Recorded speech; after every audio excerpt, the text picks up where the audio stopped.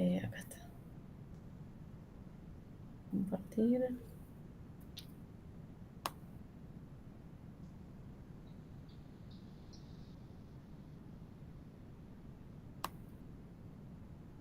Ahí está.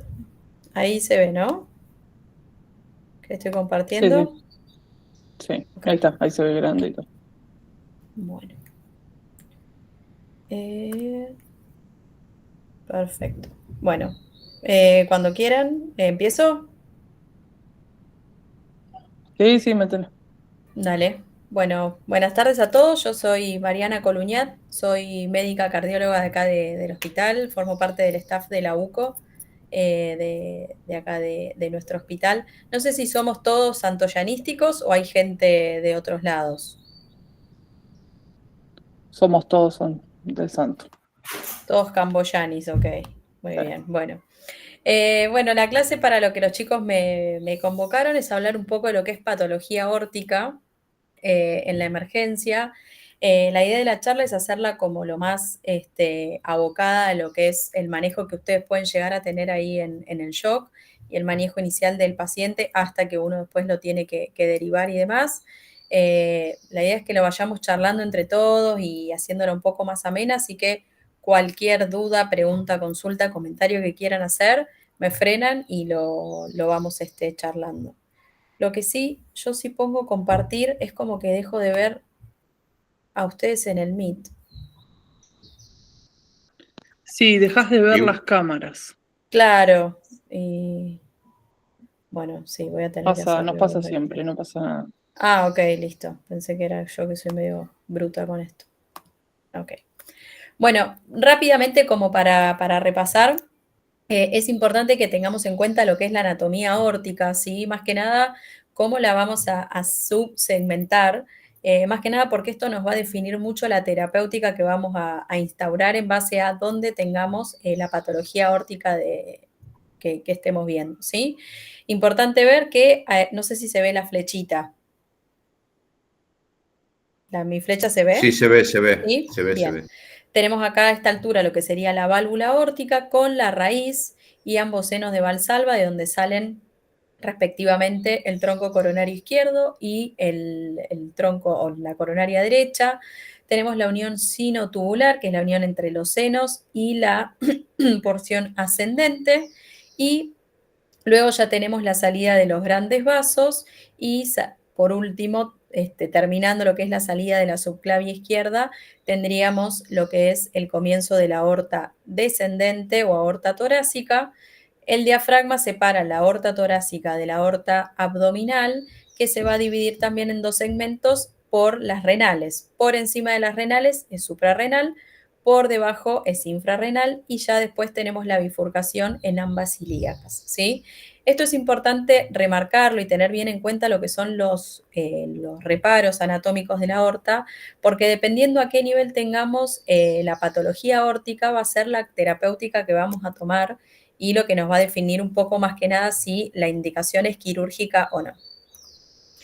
Esto también es importante, si bien es como remontarse a los primeros años de la facultad, pero es importante también lo que es la histología de la aorta, porque ya sabemos que es el vaso, la arteria principal del cuerpo, y esto está dado por un montón de funciones que tiene, pero funcionalmente es por la histología que tiene, ¿sí?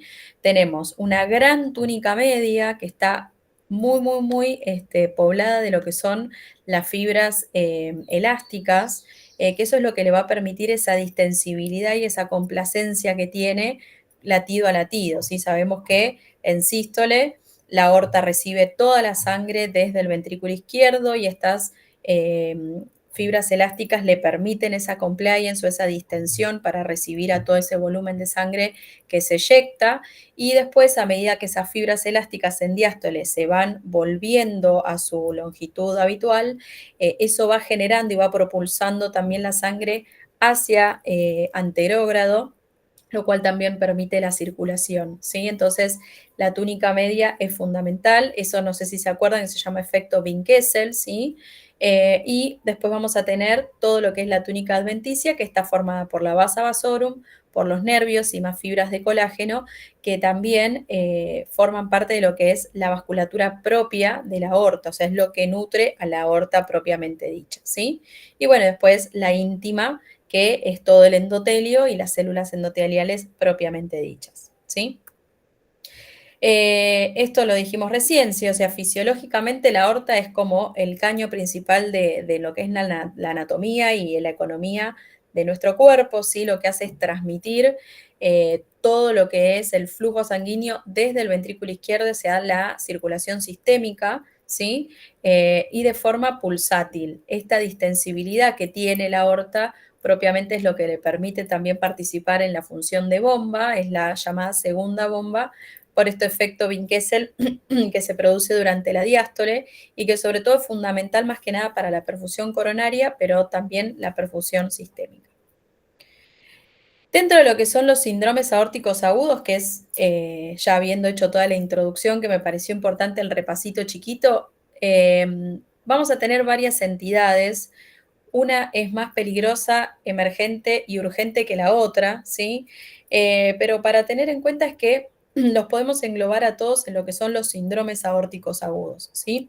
Son todos procesos agudos a nivel de la aorta, en cualquiera de sus niveles, que van a compartir características clínicas similares, ¿sí? Sobre todo lo que es la fisiopatología, muchas veces la clínica y el tratamiento. Hablando dentro de lo que son puntualmente estos síndromes aórticos agudos, tenemos la vedette, y que es la que más miedo nos genera y que sabemos que es un cuadro catastrófico desde que el paciente entra hasta que generalmente rápidamente se mueren si no son reparados, que es la disección aórtica, el hematoma intramural, la úlcera penetrante y después tenemos el aneurisma, que dependiendo a qué nivel de la aorta esté, puede ser torácico, puede ser abdominal o incluso puede ser ya más bajo a nivel ilíaco, y puede ser un aneurisma no complicado, ¿sí? Es simplemente la dilatación en alguna altura de la aorta, o bien puede ya ser complicado con la ruptura, ¿sí? O la fisura o el pseudoaneurisma, que ya ahí son patologías un poco más críticas.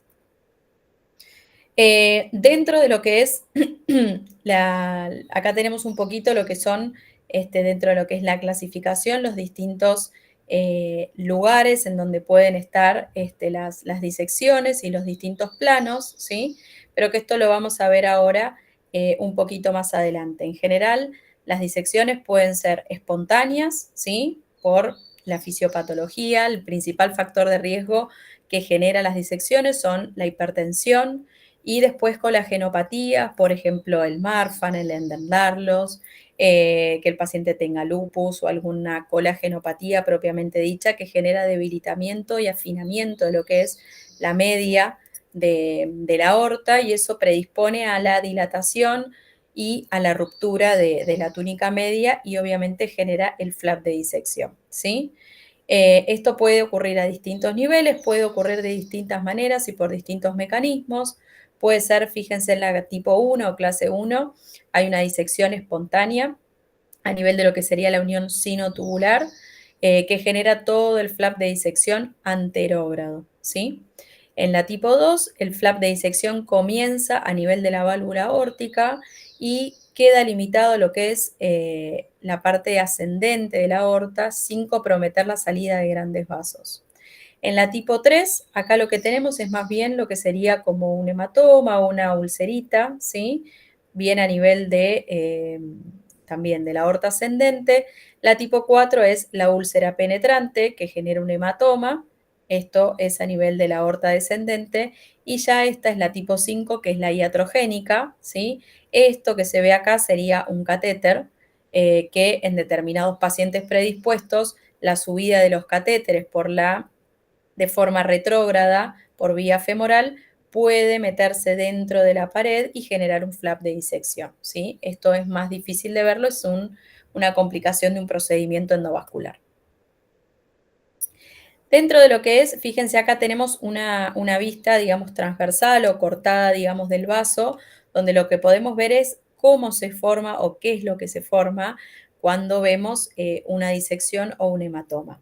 En la disección propiamente dicha, fíjense que tenemos una solución de continuidad, ¿sí? Es básicamente una ruptura de la túnica íntima y de la media que generan una solución de continuidad y una comunicación entre la íntima, ¿sí? O el vaso, la luz del vaso, y la túnica media, y obviamente el pasaje de sangre lo que va haciendo es metiéndose dentro de lo que es la túnica media, y la acumulación de sangre va disecando y va como separando las distintas capas de la aorta, y eso se va acumulando y va generando el flap de disección, que el flap puede avanzar. Generalmente avanza de forma anterógrada, pero a veces lo puede hacer de forma retrógrada, ¿sí? Por otro lado, puede ser un hematoma espontáneo, ¿sí? Dijimos que tenemos dentro de la que es la túnica media, tenemos la vasculatura propia de la aorta y también tenemos vasculatura dentro de la vasa vasorum. Por algún motivo puede ser que alguno de los vasitos de la vasa vasorum o de la túnica media espontáneamente se rompan y eso genera un hematoma en la túnica media, pero fíjense que acá no hay comunicación con la luz del vaso, simplemente el hematoma queda dentro de la túnica media. Obviamente, a medida que la sangre se acumula, va disecando y va generando también la evolución o el agrandamiento del hematoma y los síntomas. Y después tenemos la úlcera aterosclerótica penetrante, que esto sería un poco como para darles una idea lo que sería el accidente de placa a nivel coronario. Esto sería más o menos lo mismo, ¿sí? Tenemos una placa de ateroma que está sobre la túnica, la íntima de la aorta. Por algún motivo esa placa se ulcera, se accidenta y genera la comunicación desde la vasa vasorum, desde la media con el vaso, con la luz, y genera también la solución de continuidad, ¿sí?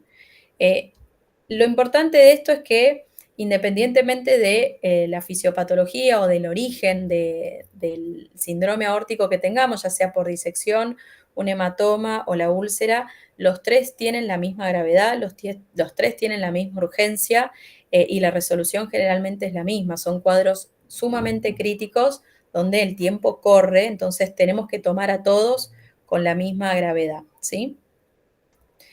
Hasta ahora no sé si hay alguna duda, alguna pregunta. Esto es medio un vole porque es un poco más de fisiopatología y demás, pero a mí me pareció importante recalcarlo más que nada por el hecho de que para entender bien después los síntomas, los signos y todas las cosas que se asocian. Dentro de lo que es la epidemiología, ¿sí? Es una patología que es mucho más frecuente en hombres que en mujeres, ¿sí? Y dentro de las mujeres, cuando se da, obviamente tiene mucho peor pronóstico. Toda la enfermedad cardiovascular, las mujeres tenemos siempre peor pronóstico porque no estamos ni tan adaptadas y solemos ser mucho más sanas. Entonces, cuando alguna patología de este tipo, tan brusca y tan abrupta, acontece, nos agarra desprevenidas, que en el hombre, que generalmente suelen tener más factores de riesgo, suelen estar más enfermos a la misma edad, ya tienen cierta adaptabilidad y hace que toleren mejor todo este tipo de patologías. Suele darse en adultos después de los 60 años. Los dos principales factores de riesgo son el tabaquismo y la hipertensión, ¿sí? Y diría más que la hipertensión, el tabaquismo. Es el factor de riesgo a la cabeza, o sea, es muy raro encontrar una disección o un síndrome aórtico agudo en un paciente que no haya fumado nunca, ¿sí? Obviamente tener antecedentes familiares de enfermedad aórtica, se han visto que hay ciertos genes que están relacionados con lo que es la patología aórtica propiamente dicha, con la debilidad de la pared. Tener algún antecedente de cirugía cardíaca, traumatismo torácico. Esto es importante porque ustedes van a ver mucho generalmente en los politraumas, si hay algún traumatismo de tórax cerrado, a veces puede haber alguna disección espontánea en algún paciente, no espontánea, sino traumática, en un paciente que quizás es más joven y no tiene tantos factores de riesgo, ¿sí? También el uso de cocaína, de anfetaminas y que acá falta son los antecedentes de enfermedad tipo colagenopatías, Ehlers-Danlos, Marfan, lupus y demás. Hoy no pasa.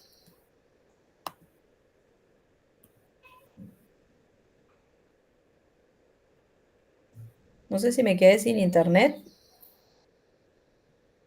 ¿no? Ok. Ok, No, se te escucha bien, ¿eh? ok, porque... Ahí está, perdón. Bueno, esto ya lo vimos recién, así que no lo voy a volver a repetir. Y ahora vamos a hablar puntualmente de lo que es la disección aórtica, ¿sí? La disección aórtica, cuando todos la sospechamos, nos empezamos a mirar como la puta madre, tenemos un paciente, uy, perdón, esto está quedando grabado, con una disección aórtica porque sabemos que por lo menos nosotros en lo que es el gobierno de la ciudad, sobre todo si es una disección aórtica tipo A, que son las que tienen indicación de resolución quirúrgica, es muy difícil conseguirlo. Entonces sabemos que es un poco una sentencia a muerte por la gravedad que tienen, el rápido avance que tienen y sobre todo por todos los órganos que generalmente van afectándose a medida que el flap avanza, ¿sí? Básicamente, como para definirlo, es la ruptura de la capa media, que puede ser por lo que dijimos recién, ya sea por una hemorragia intramural que avanza y genera la comunicación con el flap o con el lumen, o desde el lumen se rompe y genera una solución de continuidad hacia la media que genera una hemorragia intramural y eso va generando la separación de las capas y genera dos lúmenes, el lumen verdadero, ¿sí? Y por otro lado, el lumen falso, que es donde generalmente uno después lo ve tan en la tomografía o en la imagen que puede hacer, ve las dos lúmenes. A veces pueden estar comunicados y a veces no. Como decíamos, es una patología de altísima mortalidad. Hay muchos pacientes que directamente no llegan a la guardia o que llegan en paro o que llegan en condiciones muy, muy malas y no logramos hacer el diagnóstico, pero cuando los pacientes logran llegar a la guardia y los recibimos y hacemos el diagnóstico, la mortalidad que tienen es del 1% por hora, o sea, esto es altísimo, ¿sí? Es muy probable de que el paciente, si uno no lo trata o por más que lo trate, de igual manera en 24 horas esté muerto, ¿sí? Obviamente, como dijimos, es más frecuente en hombres, hay una relación 2:1 respecto a las mujeres y la mayor predisposición en donde ocurren o la mayor prevalencia es a nivel de la aorta ascendente, el 30% en la descendente y ya en menor porcentaje a nivel del callado, por suerte, y a nivel abdominal. Dentro de lo que es la clasificación, los síndromes aórticos, antes había una clasificación vieja que quizás la recuerdan de la facultad, que era la clasificación de DeBakey, que los dividía en tipo 1, 2, 3A y 3B, pero después Stanford, por suerte, los dividió directamente en A y B, y la mnemotécnica es bastante fácil, ¿sí? La Stanford tipo A es la que compromete la aorta ascendente, ¿sí? Entonces, todo lo que es con A va a ser la de tipo Stanford. Ahora, todo lo que no comprometa la aorta ascendente va a ser una tipo B, ¿sí? Entonces es mucho más fácil de poder definirla, de poder clasificarla y sobre todo de poder recordarla, ¿sí? Según el tiempo transcurrido, también lo podemos definir en base al tiempo, puede ser hiperagudo cuando se produce en las primeras horas, eh, posterior a las 24 horas y entre los 14 días es agudo, pasados los 14 días ya es subagudo y pasados los 90 días es crónico, ¿sí? Ahí. Bueno, esto ya lo vimos, ¿sí?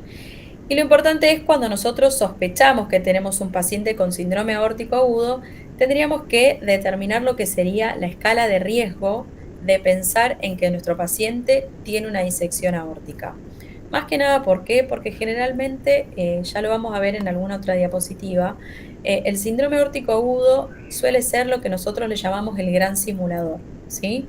Todo va a depender de a qué nivel se produzca la disección o el flap de disección, qué arterias estén comprometidas en el camino del flap y qué síntomas y regiones u órganos se vayan comprometiendo van a ser los síntomas que va a ir teniendo nuestro paciente. Entonces puede una ACV, una ACV, puede simular un infarto, puede simular un derrame pericárdico, un taponamiento cardíaco, una paraplegia por cualquier otra causa, eh, una lumbalgia, o sea, puede dar cualquier síntoma, entonces es muy importante interrogar al paciente siempre que se pueda, obviamente, tratar de abocar o de recabar la mayor cantidad de antecedentes posibles y en base a eso tratar de ver qué riesgo o qué probabilidad de que tengamos una disección aórtica tengamos, ¿sí? Obviamente, interrogar al paciente, hay entidades que son altamente predispuestas, entonces van a darnos un riesgo alto, como tener síndrome de Marfan, antecedentes de enfermedad aórtica en la familia, valvulopatía aórtica conocida, que haya tenido algún tipo de manipulación, intervención o cirugía reciente a nivel de la aorta, o que tenga ya antecedentes de un aneurisma aórtico conocido, ¿sí? Alguno de estos nos va a sumar un punto.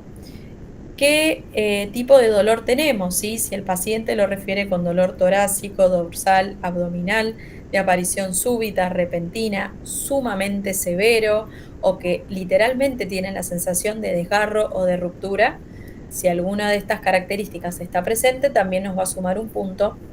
Y después, obviamente, en lo que es la exploración, ¿sí? Si el paciente está en shock, hemodinámicamente inestable, si tenemos déficit de pulso en alguno de los semicuerpos, si tenemos una alta presión sistólica diferencial con respecto a la diastólica, si tenemos ausencia de pulsos, déficit neurológico, nuevos soplos de nueva aparición o, obviamente, síntomas migratorios, también vamos a sumar un punto.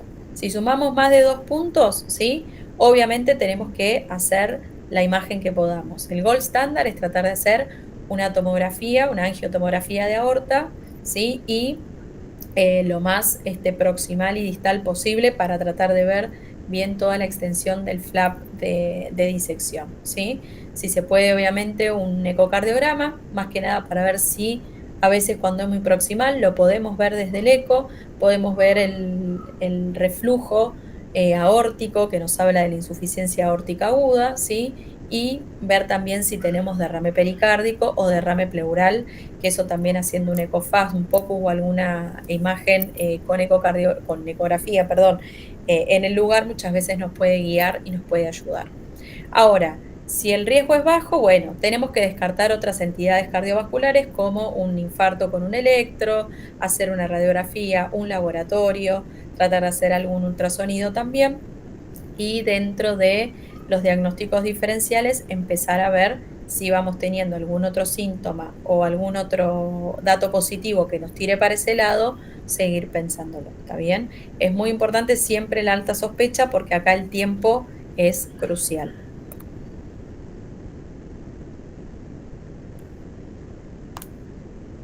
Ahí está. Clínicamente, como les decía, ¿sí? Es el gran simulador, puede mimetizarse con cualquier otro síndrome, con cualquier otra patología. En general, lo que los pacientes describen y lo que nosotros tenemos, digamos, de libro es que es un dolor torácico, desgarrante, transfixiante, sensación de ruptura, de inicio súbito, sumamente, pero sumamente doloroso, de una intensidad 10 en 10 o de mucho más, ¿sí? Que suele iniciar a nivel de retroesternal y que generalmente va migrando, ¿sí? Uno empieza a nivel retroesternal, pero después puede ir siguiendo todo el flap de disección y ese dolor ir migrando y generalmente ir bajando siguiendo todo el trayecto de la aorta, ¿sí? También el paciente puede tener, debutar con síncope, con síntomas de insuficiencia cardíaca, es decir, disnea, puede tener rales crepitantes, derrame pericárdico, derrame pleural, puede tener también un síndrome coronario agudo. No va a ser raro que el paciente venga con un dolor, o sea, venga con Angor y que cuando hagamos el electro veamos un supra de nivel del ST. Generalmente se ve a nivel de la coronaria derecha, o sea, vamos a ver un supra de nivel del ST inferior, más que nada porque por el origen del flap suele, por la anatomía que tiene en la salida de ambas senos de Valsalva, la coronaria derecha suele ser la que más frecuentemente se compromete y puede dar un cuadro que parece un síndrome coronario agudo, es decir, dolor, supradesnivel del ST, y después cuando estudiamos al paciente vemos que en realidad no tenía un infarto, sino que tenía una disección aórtica, ¿sí? Y ahí ya el cuadro es bastante mucho más complicado porque le damos aspirina, clopidogrel, se usa heparina para hacerle la CCG en un paciente que está con la aorta abierta y que con toda esa medicación terminamos de complicar el cuadro que ya de por sí era complicado, ¿sí? Como decíamos, ¿qué otros signos y síntomas también puede tener el paciente? Bueno, puede tener también dolor migratorio, como decíamos, puede tener déficit neurológico, que dependiendo del nivel al cual estemos, puede empezar a tener, por ejemplo, impotencia funcional del miembro superior izquierdo, si el flap compromete la subclavia izquierda, el paciente puede tener déficit neurológico importante, también como por ejemplo déficit de alguno de la movilidad de ambos brazos, pérdida de fuerza, alteración de la sensibilidad. Si tiene lesión de la médula espinal, puedes tener paraplegia, ¿sí? Déficit para la movilización. Puede tener dolor abdominal muy, muy intenso, porque también se puede generar isquemia mesentérica, ¿sí? Dolor en miembros, dolor sobre todo a nivel de los miembros inferiores o de la cintura para abajo, que puede simular, por ejemplo, una lumbalgia, o no sería el primer paciente de que el traumatólogo lo ve porque viene con dolor muy intenso en alguno de los miembros inferiores, lo manda a hacer alguna imagen y por suerte algún imagenólogo bastante lúcido ve el flap y el paciente pasa de un servicio para el otro, ¿sí? Entonces, como les decía, es el gran simulador, puede generar cualquiera de todos estos síntomas y síntomas y signos.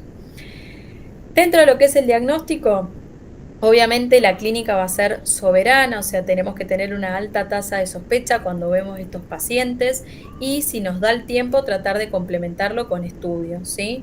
Laboratorio siempre completo y acá podemos pedir enzimas cardíacas, sí que también nos va a servir como para ver si hay algún tipo de injuria cardíaca asociada o también como diagnóstico diferencial, ¿sí?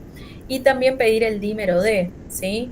El dímero D nos va a ayudar muchísimo porque si bien obviamente en otras patologías cardiovasculares como el TEP puede estar elevado también, pero si yo no sospecho TEP o estoy dudando entre si es un síndrome coronario agudo o puede ser una disección, tener un dímero D mayor a 500 me habla más y me orienta más para una patología aórtica que para un infarto, ¿sí?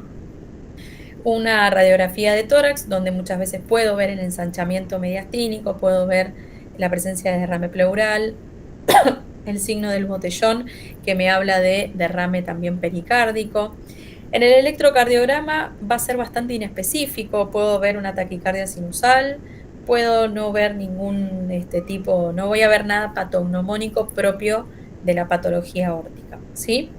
En el ecocardiograma, en el POCUS o en cualquier imagen que hagamos mediante ecografía, muchas veces puedo visualizar el flap, puedo ver que tengo derrame pleural, derrame pericárdico, puedo ver el jet de insuficiencia aórtica de nueva aparición y muchas veces puedo discernir las luces, ¿sí? Ver la luz verdadera y la luz falsa. El gold standard, lo que decíamos, va a ser la tomografía de tórax, pero más que nada es la angiotomografía de aorta con contraste endovenoso, donde lo que vamos a ver es la disección propiamente dicha. Vamos a ver el origen, qué trayecto tiene ese flap de disección, ¿sí? Qué órganos, qué otras entidades vasculares compromete a lo largo de su paso, estimar sus medidas y tratar de discernir dónde está la luz verdadera de la luz falsa, que muchas veces sin contraste eso no lo podemos ver. La ortografía, que se haría mediante hemodinamia, la verdad es que no se usa como método inicial, lo podemos usar como diagnóstico diferencial, sobre todo en casos como el que les contaba antes, el paciente entró por un supra, lo meto hemodinamia, la coronaria derecha veo que no tiene trombosis, sino que está disecada, ahí sí estaría habilitado a poder hacer una ortografía, si no de rutina no se hace. Fíjense que acá les puse una imagen de lo que sería una tomografía, ¿sí? Donde claramente se ve lo que es la aorta, que está ensanchada, y acá vemos ambas luces, ¿sí? La luz verdadera, la luz falsa, y se ve bien acá el trayecto de la disección, que esto es lo que uno va a ir a ver y lo que va a ir a buscar cuando tengamos este tipo de pacientes, cuando hagamos la tomografía. Dentro de lo que es el tratamiento médico, y esto es muy importante porque es lo que nos va a permitir ganar tiempo y sobre todo tratar de frenar un poco el avance del flap, que es lo que termina matando al paciente, ¿sí?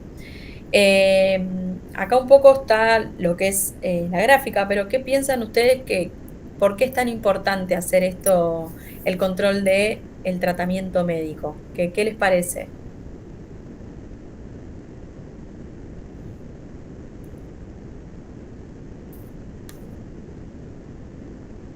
No sé si están hablando porque no los escucho o quizás no hay nadie hablando. Nadie se anima, me parece. Sí, No vale que conteste yo, silencio. Pablo. Más vale que contestes vos. Bueno, si no, lo charlamos entre todos, no hay problema. Tampoco es la idea exponer a nadie, pero sí que como para hacerlo un poco más dinámica y no estar yo hablando como sola todo el tiempo. Esperen que vuelvo acá a la diapo. Es importante el tema del tratamiento médico porque yo lo que necesito es frenar el avance del flap. ¿Está bien? Eh, lo que tiene de característico el paciente que está con una disección aórtica es que es un paciente que yo lo voy a ver, va a ser como paradójico, porque yo voy a ver un paciente completamente chocado porque va a estar pálido, sudoroso, transpirado, va a estar completamente enloquecido del dolor, pero yo le voy a tomar los signos vitales y ese paciente va a estar recontra hipertenso y va a estar recontra taquicárdico, ¿sí? Que ahí es donde vemos esa disociación entre lo que es la clínica, que yo lo veo y digo, este paciente está hecho pelota hemodinámicamente, va a estar hipotenso y cuando lo controlo voy a tener un paciente muy, muy hipertenso y taquicárdico. Eso tiene que ser otra alarma que ustedes tienen que tener en decir, che, este paciente puede estar disecado, ¿está bien? Entonces, ese eh, alta, digamos, descarga adrenérgica que está teniendo el paciente, la hipertensión y la taquicardia, que me va a perpetuar el flap, ¿sí? ¿Por qué? Porque aumenta el cizallamiento de lo que es la pared aórtica con cada impacto, o sea, con la taquicardia que tiene, cada latido, con cada impacto, con cada descarga sistólica, me va generando cada vez más sobrecarga a nivel de la pared de la aorta que está rota y también la poscarga tan aumentada que tiene y la presión, la tensión parietal que tiene la aorta por la hipertensión también me perpetúa la ruptura. Entonces yo lo que tengo que ir es bajarle la frecuencia cardíaca y le tengo que bajar la presión arterial, ¿sí? No voy a andar con boludeces de darle algo vía oral o lo que sea, acá voy a ir a por todo. Este paciente, así como se acuesta en la cama, nosotros le hacemos el diagnóstico, se complejiza de pies a cabeza, ¿sí? Vía central, TAM, obviamente del lado que no esté disecado, donde se pueda, sonda vesical y obviamente este paciente lo tengo que dormir y lo tengo que intubar y previamente, que esto es muy difícil, es que se despida de la familia porque es muy probable que ese paciente no logre salir del cuadro que tiene, ¿sí? Por eso insisto que estos cuadros son bastante complejos. Quizás ustedes, por la especialidad que tienen, están como más, no quiero decir acostumbrados, pero están más familiarizados con el hecho de situaciones así críticas de un momento para el otro y de las familias y los cuadros catastróficos. Nosotros en la UCO no tenemos tanto y para nosotros una disección es algo horrible, así que quizás por eso insisto tanto con eso. Entonces, tenemos que controlar frecuencia cardíaca y presión arterial, ¿sí? Lo primero que voy a ir a tratar de controlar va a ser la frecuencia cardíaca, al contrario de lo que uno pensaría que diríamos, no, bueno, bajémosle la presión. No, si yo le bajo muy rápido la presión, lo que voy a generar es taquicardia reactiva, ¿sí? Entonces, eso me va a aumentar más la frecuencia cardíaca y me va a desajustar el otro parámetro vital. Entonces, primero con betabloqueantes endovenosos, como por ejemplo la betalol. Esmolol en el país no tenemos, así que el viejo y confiable labetalol lo vamos a utilizar endovenoso en una dosis hasta que logremos tener un objetivo de frecuencia cardíaca de 60 latidos por minuto, ¿sí? Una vez que logré tener una frecuencia cardíaca objetivo de 60 latidos por minuto, empiezo con el control de la presión arterial. En general esto lo hacemos de forma en paralelo, ¿sí? Pero lo importante es no hipotensarlo de golpe para evitar la taquicardia refleja. Lo vamos haciendo a los dos de a poco. Con respecto a la TA, lo vamos a manejar con vasodilatadores endovenosos. NPS o nitroprusiato sódico sería la droga ideal porque es más, tiene un efecto más arterial que venoso, entonces voy a lograr un mejor control más rápido con el objetivo de una presión sistólica menor a 120 milímetros de mercurio o una TAM de aproximadamente 60 que me permite una perfusión renal y que el paciente orine, ¿sí? Obviamente control del dolor, nada de boludeces de AINES o de analgésicos leves. Voy a ir a por todo, o sea, con opioides endovenosos, con la dosis máxima que el paciente requiera para calmar el dolor y bajarle también la descarga adrenérgica, ¿sí? Generalmente usamos fentanilo o morfina o el que tengan a mano, ¿sí? Pero hay que calmarle el dolor.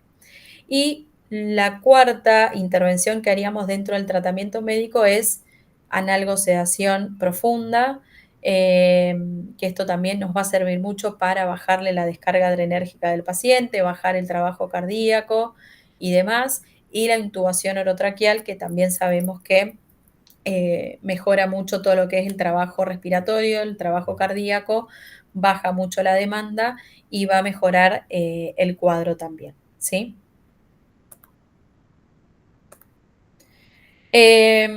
Entonces, una vez que hicimos el tratamiento médico, lo importante es definir a qué nivel está la disección. Si la disección está a nivel, es una disección tipo A, es decir, que está en cualquier lugar de la aorta ascendente, esto puede ser a nivel de la válvula, de los senos, unión sinotubular o aorta ascendente, hasta el callado, el tratamiento definitivo es la reparación por una cirugía cardíaca abierta, ¿sí? Tenemos que pedir la derivación por SAME y derivarlo a algún hospital de la ciudad, que generalmente solamente el Argerich, quienes tienen cirugía cardiovascular de urgencia y quienes tienen banco de prótesis para poder poner, en base a lo que esté roto, eh, la prótesis que corresponda. A veces puede ser solamente una prótesis a nivel de la válvula aórtica, a veces la válvula está indemne y lo que tengo que poner es una trompa de elefante a nivel de la aorta ascendente, a veces puede ser una cirugía híbrida donde tengamos la trompa de elefante y la reinserción de los grandes vasos, o a veces tengo que reemplazar todo, ¿sí? Aorta ascendente, callado y poner algún injerto también a nivel de grandes vasos. Todo va a depender de el nivel de compromiso que tengamos. Pero si tengo compromiso a nivel de la aorta ascendente, es una Stanford tipo A, el tratamiento, perdón, es la cirugía. Ahora, si la disección es tipo B, acá uno expecta el tratamiento intervencionista, lo que hace es manejarlo con el tratamiento médico y vamos a ir viendo cómo es la evolución del paciente. Si el paciente presenta alguno de los siguientes síntomas, como que tenga una ruptura aórtica contenido libre, empieza con signos de hipoperfusión, el dolor no calma a pesar de todo el tratamiento que le hicimos, tiene hipertensión refractaria, el flap de disección que inicialmente parecía quieto empieza o sigue progresando, o la extensión de la disección es muy muy grande, si no está complicada, lo que puedo hacer es pensar en hacer, si tiene anatomía favorable, es lo que es un TEVAR, que es una reparación aórtica, ¿sí? Endovascular, es decir, se pone lo que sería como una malla o un stent, que lo que hace es, eso entra por la luz verdadera y se expande y lo que hace es, al expandirse ese stent, es como que comprime el hematoma y la falsa luz sobre la pared de la aorta y eso después, a medida que va pasando el tiempo, se va reabsorbiendo y termina de resolver, ¿sí? Ahora, si no tiene una anatomía favorable, el paciente ya obviamente tiene que ir a una indicación quirúrgica, ¿sí? Pero esto es importante para que tengamos en cuenta, ¿sí? La tipo A se opera de urgencia y la tipo B se hace solamente tratamiento médico a menos que se complique o tenga algún síntoma o signo, digamos, de estos y ahí pasamos a una intervención endovascular no quirúrgica, a menos que la anatomía o no se pueda reparar por vía endovascular, o sea, por hemodinamia. Hasta acá no sé si alguno tiene alguna duda, alguna pregunta, algo que quieran comentar. No, me gustaría después, al final, terminando, porque es más un delirio, el tema de manejo del dolor en estos pacientes, que Ok, es el tema que a mí más me interesa. dale, perfecto. No sé los demás. Bien.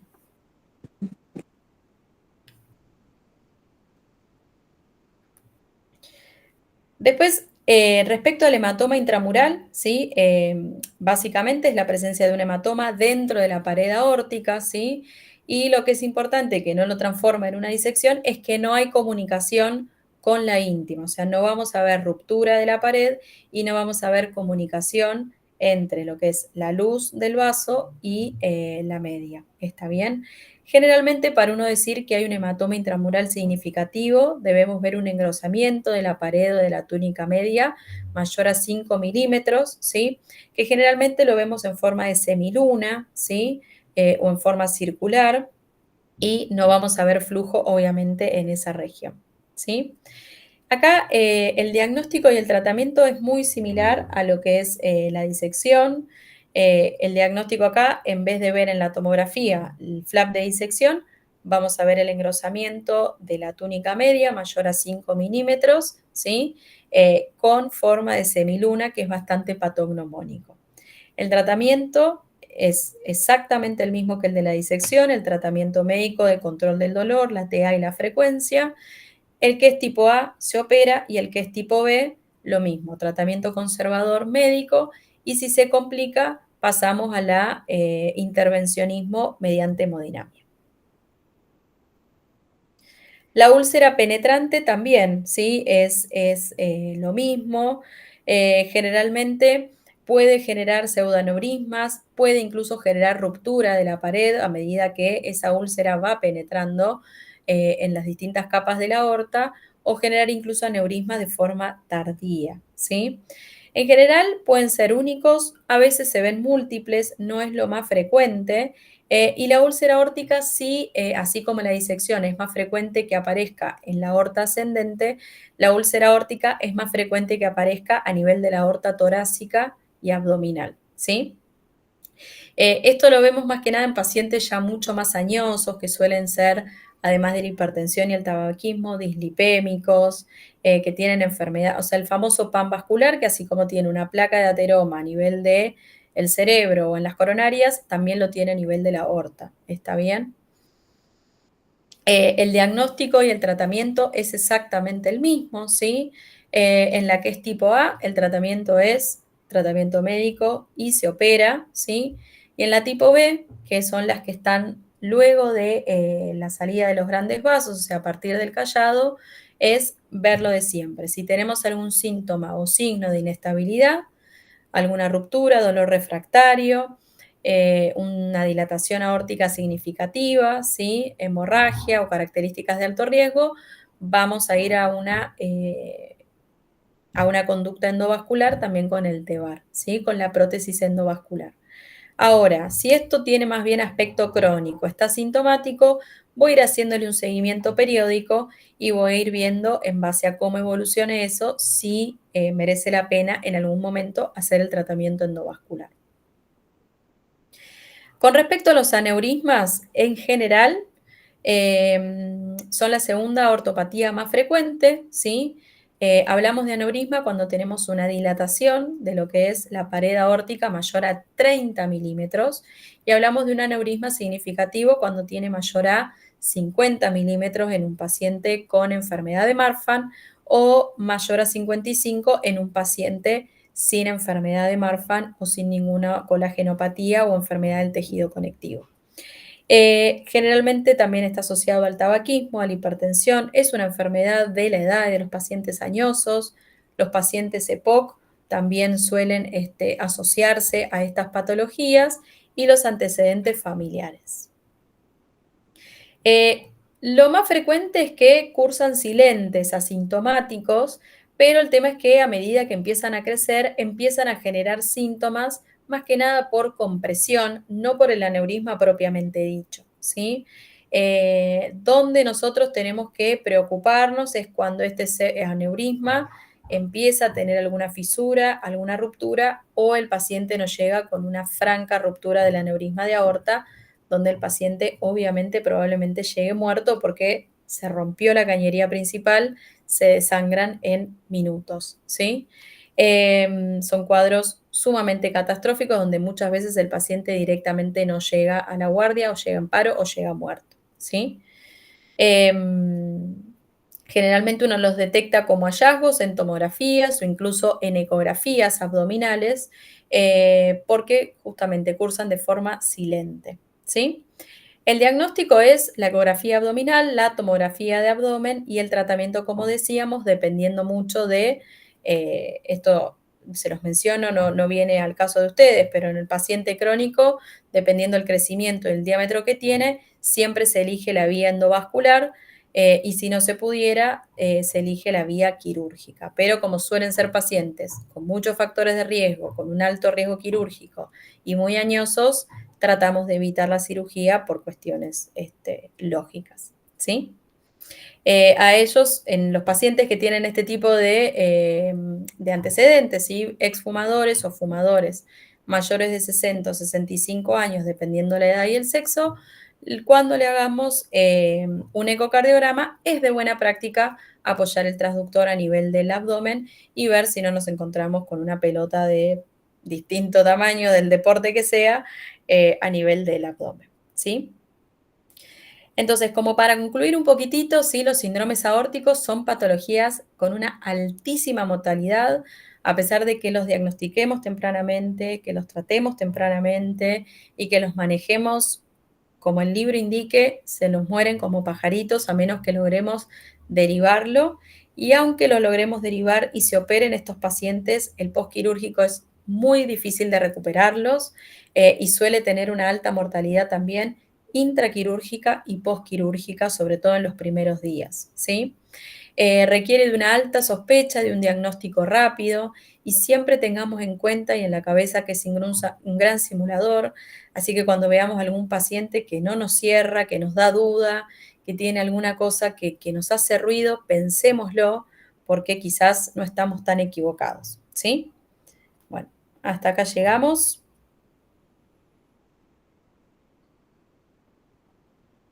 La verdad, Mariana, clarísima la clase, apabullante. Sí. No, por ahí al resto de la gente que viene del campo de adultos, este tema le es mucho más cercano. Para mí fue un wow, antes que Sí. estoy. Más allá de todo, por ejemplo, me vino muy bien la aclaración de por qué manejo de frecuencia y después de presión. Yo por ahí intuitivamente pensaba que si yo tengo que contener un hematoma y hacer presión contra la pared, que por ahí bajar la presión podía ser contraproducente. No sé Claro. si se entiende a qué voy. Sí, Es sí, decir, sí. Explicado desde la cuestión de fuerzas de cizallamiento, tiene otro sentido. Eso por un lado. Y por otro lado, vos marcaste 3 pilares. Me parece que uno que es básico, el manejo de la frecuencia, atendiendo a la fisiopatología del cuadro, el manejo de la presión, y el otro que... El manejo del dolor. El manejo del dolor, que ahí es donde por ahí a mí me hace más ruido. ¿Por qué? Porque nosotros en esto usamos opioides fuertes, generalmente fentanilo. Es un excelente analgésico, pero lo que yo tengo es una crisis de dolor incidental. Para contener ese dolor incidental tengo que ir a dosis altísimas. Está bien, lo voy a ventilar al paciente. Digamos que no me voy a preocupar por la depresión respiratoria, sino que la estoy buscando. Pero ¿hay algún trabajo o hay algo hecho con anestésicos locales, con goteo anestésicos locales? Porque sería una buena, en teoría, sería una buena técnica. Y aparte me estaría también, por bloqueo de canales de sodio, ayudando a bajar la frecuencia, tengo entendido. Sí, la verdad es que no, si existe algún trabajo, por lo menos yo no lo conozco, pero pienso, la verdad no sé, no tengo experiencia tampoco en usar, vos te referís a lidocaína, por ejemplo. Los goteos de lido, sí. En dolor neuropático lo usamos mucho, por ejemplo. Claro, sí. No tengo experiencia en usar lidocaína en la emergencia, no sé qué tiempo de latencia tiene o cuánto, digamos, uno tarda. Así que realmente ahí no sabría qué decirte, pero la realidad es que el paciente está muerto de dolor. O sea, yo lo que necesito es algo muy fuerte y como decía antes, generalmente uno de estos pacientes los ventila porque están descontrolados del dolor.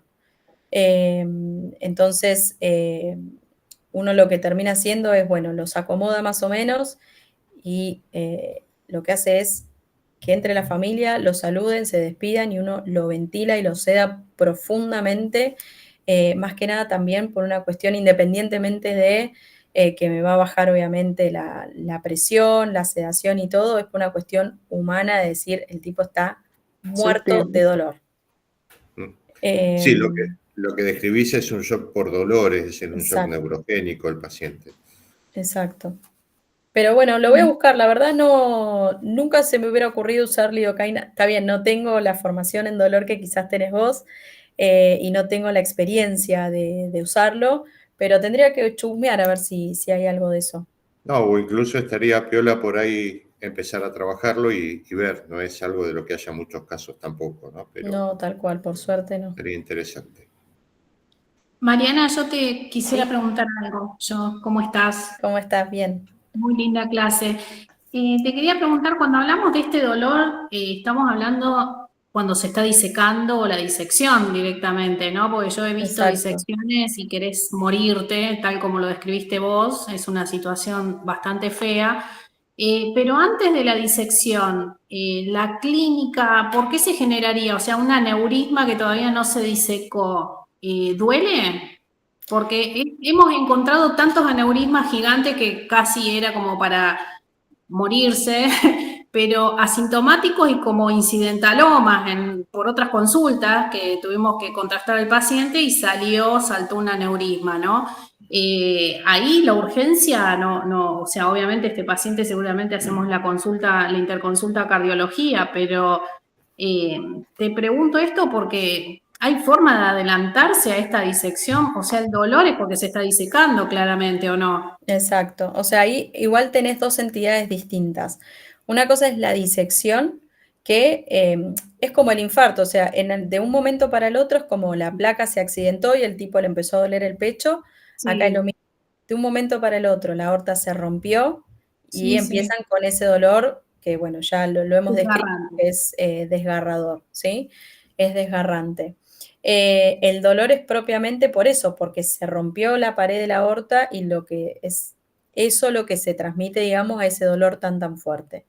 El aneurisma es otra patología, pero que es crónica, o sea, es como que paulatinamente por todos estos factores de riesgo se va debilitando lo que es la pared de la aorta y poquito a poquito por la hipertensión mal controlada, por la inflamación que genera el tabaquismo y demás, esa pared se va como debilitando y se va dilatando poco a poco y dependiendo de cada persona tiene un crecimiento diferente. Hay pacientes que les crece, no sé, 10 centímetros de un año para el otro y hay pacientes que pasan años con aneurismas estables que o nunca crecen o crecen muy lento. Y como vos decís, vienen por dolor abdominal o por cualquier otra cosa, les haces una tomo o un eco y te encontrás con una pelota de handball ahí en la panza.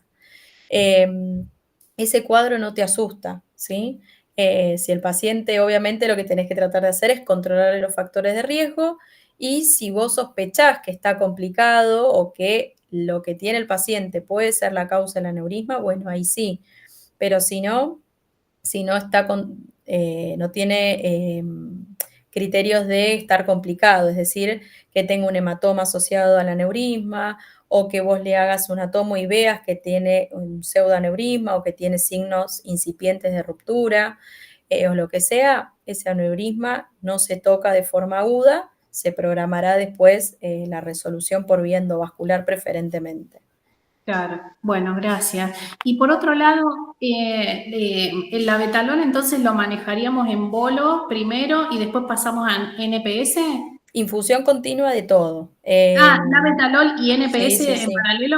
En paralelo. Ah, Ahí tenés ok. que tener en cuenta, por eso también el labetalol te sirve, porque es como que matás un poco dos pájaros de un tiro. Vos empezás con la infusión continua de labetalol y lo vas dejando y lo vas infundiendo hasta que logres más o menos una frecuencia de 60. Pero como el labetalol es un beta bloqueante no selectivo y tiene un efecto tanto alfa como beta, por un lado vas a lograr bajar la frecuencia cardíaca, pero por su efecto alfa también va a tener efecto hipotensor. Entonces, a medida que vos vayas subiendo la dosis del labetalol, vas a ir teniendo un doble efecto de bajarle la frecuencia y de hipotensarlo. Si aún así el paciente sigue, en paralelo le pones unas gotas de NPS como para también acomodarlo, pero generalmente nosotros usamos el doble esquema. Más que nada el labetalol para control de la frecuencia cardíaca y el NPS o NTG si no tenés, como control de la presión arterial. Ok, gracias. Muchas gracias.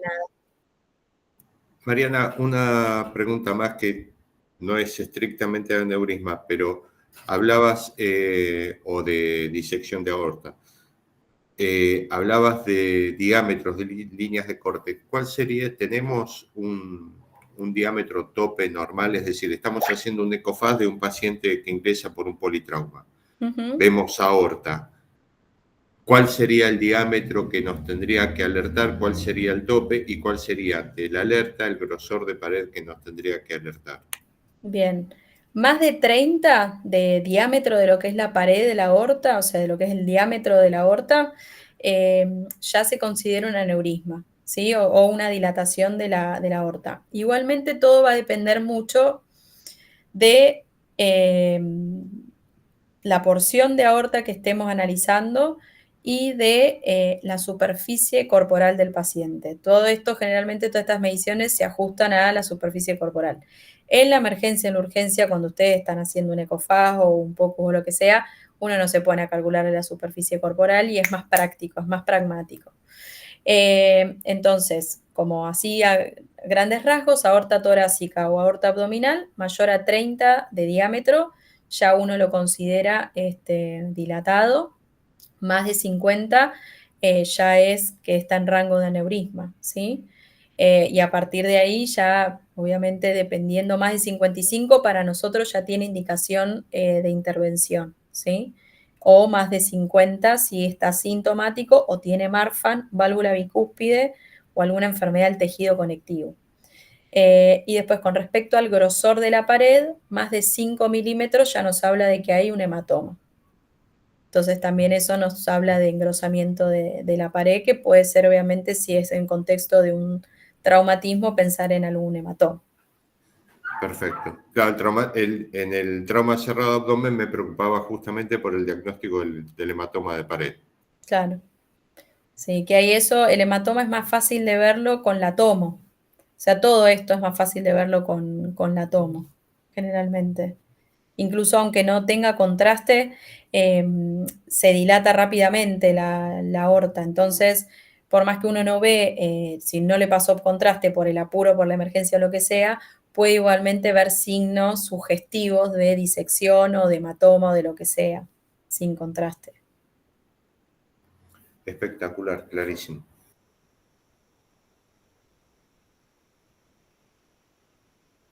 ¿Alguien tiene alguna pregunta más? No, yo no. Bueno. No, muchas gracias. Muy linda clase. Gracias. Muy linda la clase, Bueno, María. hola, Barbie. ¿Cómo estás? Tanto tiempo. Sí. Bueno, Perdón, no pude contestar cuando preguntabas porque venía manejando por acá para el Camboyani. Tranqui, no hay problema, no hay problema. Bueno, Mariana, la verdad que excelente la clase, muchísimas gracias. De nada. Queda grabada, hay para repasar un montón y me parece que nos tiraste un montón de elementos como para, más allá del manejo del aneurisma aórtico, de la patología aórtica, me parece que nos tiraste un montón de tips que nos sirven para mejorar el manejo del trauma abdominal, que es un tema que a mí me preocupa especialmente. Así que muchísimas gracias. Bueno, gracias a ustedes y bueno, cualquier cosa, acá estamos. Buena guardia para los que están allá. Gracias. Nos Hasta luego. vemos, Mariana. Nos vemos. Chau, chau.